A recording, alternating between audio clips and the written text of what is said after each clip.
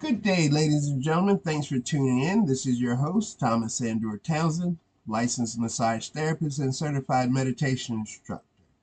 Today we're going over Chapter 12 in the book Mindfulness in Plain English by Bhante Gunaratana. And Chapter 12 is entitled Dealing with Distractions Part 2. So there you are, meditating beautifully. Your body is totally immobile and your mind is totally still. You just glide right along following the flow of the breath in, out, calm, serene, and concentrated. Everything is perfect. And then all of a sudden, something totally different pops into your mind. You notice that and you drag yourself back to the breath, back to the smooth flow, in, and then another distraction. You notice that one and you haul yourself back to the breath, in, out, in, another distraction. You pull yourself out of that one and back you go to the breath, except that you never quite get there because before you do, that little voice in your head says, my back is killing me, and on it goes. Distraction after distraction, seemingly without end. But this is what it is all about. These distractions are actually the whole point. The key is to learn to deal with these things, learning to notice them without being trapped in them. When you first sit down to concentrate on the breath, you will be struck by how incredibly busy the mind actually is. It jumps and gibbers. It veers and bucks. It chases itself around in constant circles. It chatters. It thinks. It fantasizes and daydreams. Don't be upset about that. It is natural. When your mind wanders from the subject of meditation, just observe the distraction mindfully. When we speak of a distraction in insight meditation, we're speaking of any preoccupation that pulls the attention off the breath. We want you to move away from thinking back to a direct, wordless, and non-conceptual experience of the breath. When a distraction or any mental state arises in mind, it blossoms forth first in the unconscious. Only a moment later does it rise to the conscious mind. That split-second difference is quite important because it is time enough for grasping to occur. Grasping occurs almost instantaneously and it takes place first in the unconscious. Thus, by the time the grasping rises to the level of conscious recognition, we have already begun to lock onto it. Our three questions, what is it, how strong is it, and how long does it last, are a clever remedy for this particular malady. In order to answer these questions, we must ascertain the quality of the distraction. To do that, we must divorce ourselves from it, take a mental step back from it, disengage from it, and view it objectively. We must stop thinking the thought of feeling and feeling in order to view it as an object of inspection. This very process is an exercise in mindfulness, uninvolved, detached awareness. The hold of the distraction is thus broken and mindfulness is back in control. At this point, mindfulness makes a smooth transition back to its primary focus and we return to the breath. Do not try to force it out of your mind. There's no need for that. Just observe it mindfully with bare attention. Examine the distraction wordlessly and it will pass away by itself. Just observe the distraction and return to the breath. Don't fight with these distracting thoughts. Don't strain or struggle. It is a waste. Every bit of energy that you apply to that resistance goes into the thought complex and makes it all the stronger. Mindfulness is a function and disarms distractions.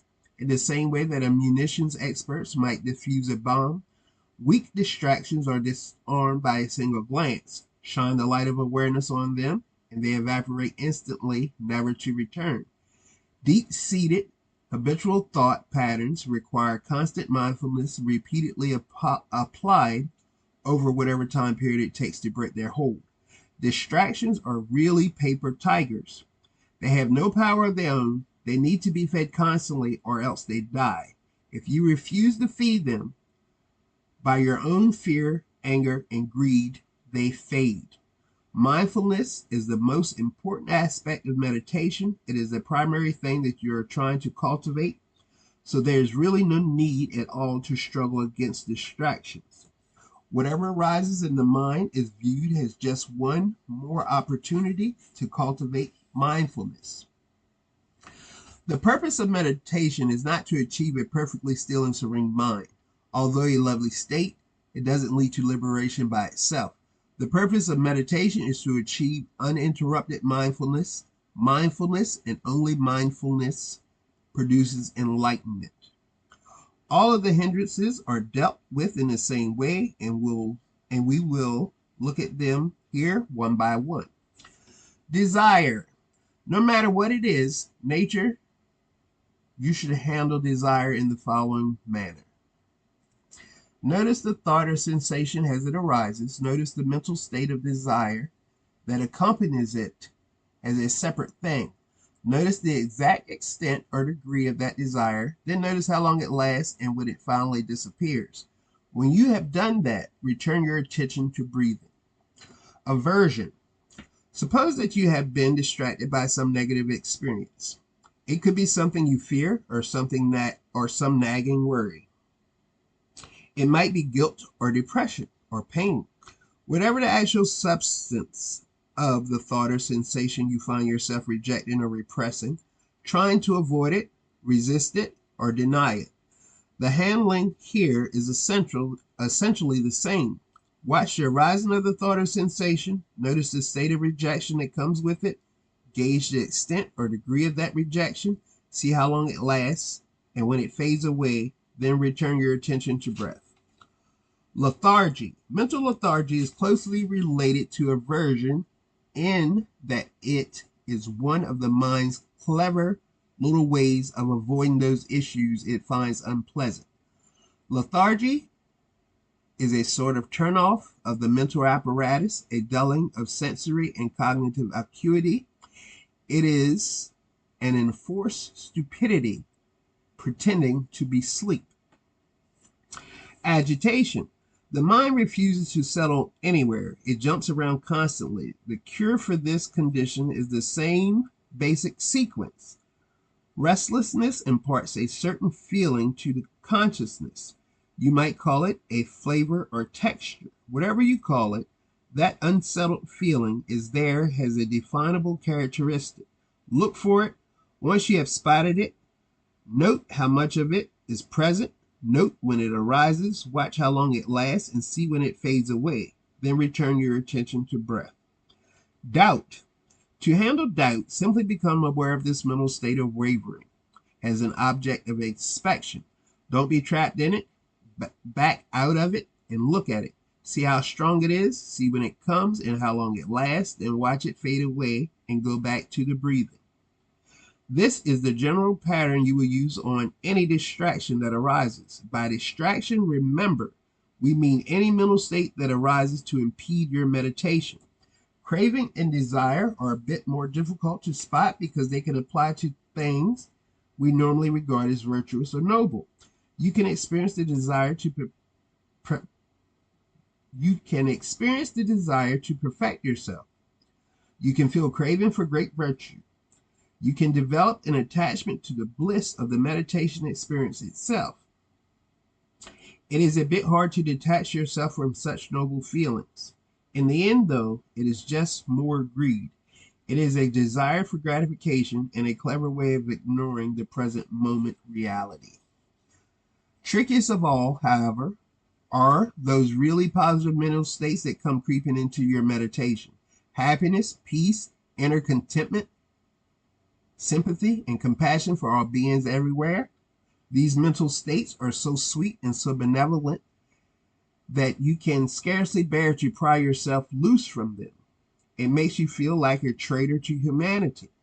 There is no need to feel this way. We are not a traitor to humanity, advising you to reject these states of mind or become heartless robots. We merely want you to see them for what they are. They are mental states. They come and they go. They arise, they pass away. As you continue your meditation, these states will arise more often. The trick is not to become attached to them. Just see each one as it comes up, see what it is, how strong it is, and how long it lasts.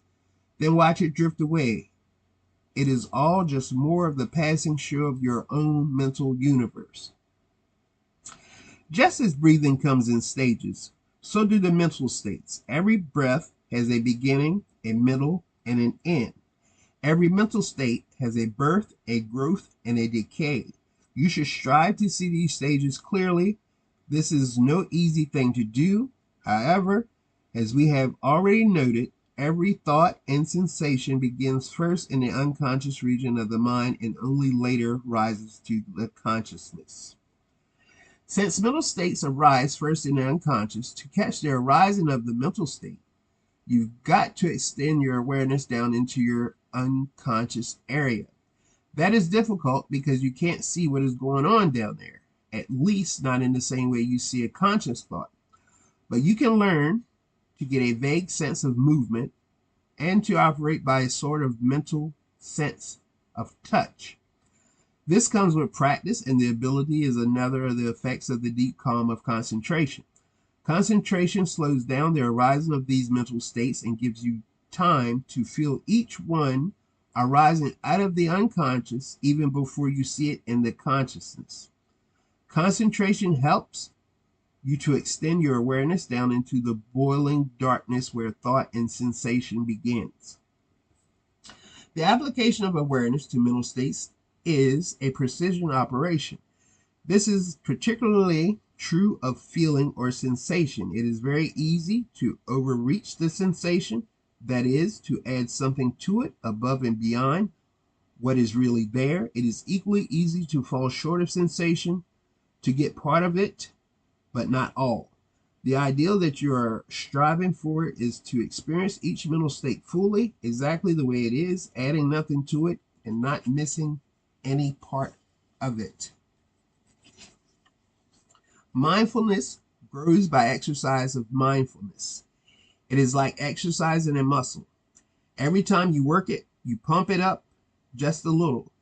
You make it a little stronger. The very fact that you have felt that wake-up sensation means that you have just improved your mindfulness power.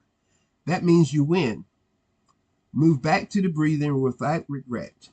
Meditation is a bit like mental acid. It eats away slowly at whatever you put on it. We humans are very eyed beings. We like the taste of certain poisons, and we stubbornly continue to eat them, even while they're killing us. Thoughts to which we are attached are poison. You will find yourself quite eager to dig some thoughts out by the roots, while you jealously guard and cherish certain others. That is the human condition. Vipassana meditation is not a game. Clear awareness is more than a pleasure pastime. It is a road up and out of the quagmire in which we are all stuck, the swamp of our own desires and aversions. It is relatively easy to apply awareness to the nastier aspects of your existence. Once you have seen fear and depression evaporate under the hot, intense beacon of awareness, you will want to repeat that process. Those are the unpleasant mental states. They hurt. You want to get rid of these things because they bother you. It is a good deal harder to apply that same process to mental states that you cherish, like patriotism or parental protectiveness or true love. Positive attachments hold you in the mud just as assuredly as negative attachments. Vipassana meditation is the road to Nibbana, and from the reports of those who have toiled their way to that lofty goal, it is well worth every effort involved. All right, ladies and gentlemen, I hope you all enjoyed that. If you have any questions or comments or concerns, please leave them below, and I will get back to you ASAP. Love, peace, and be well.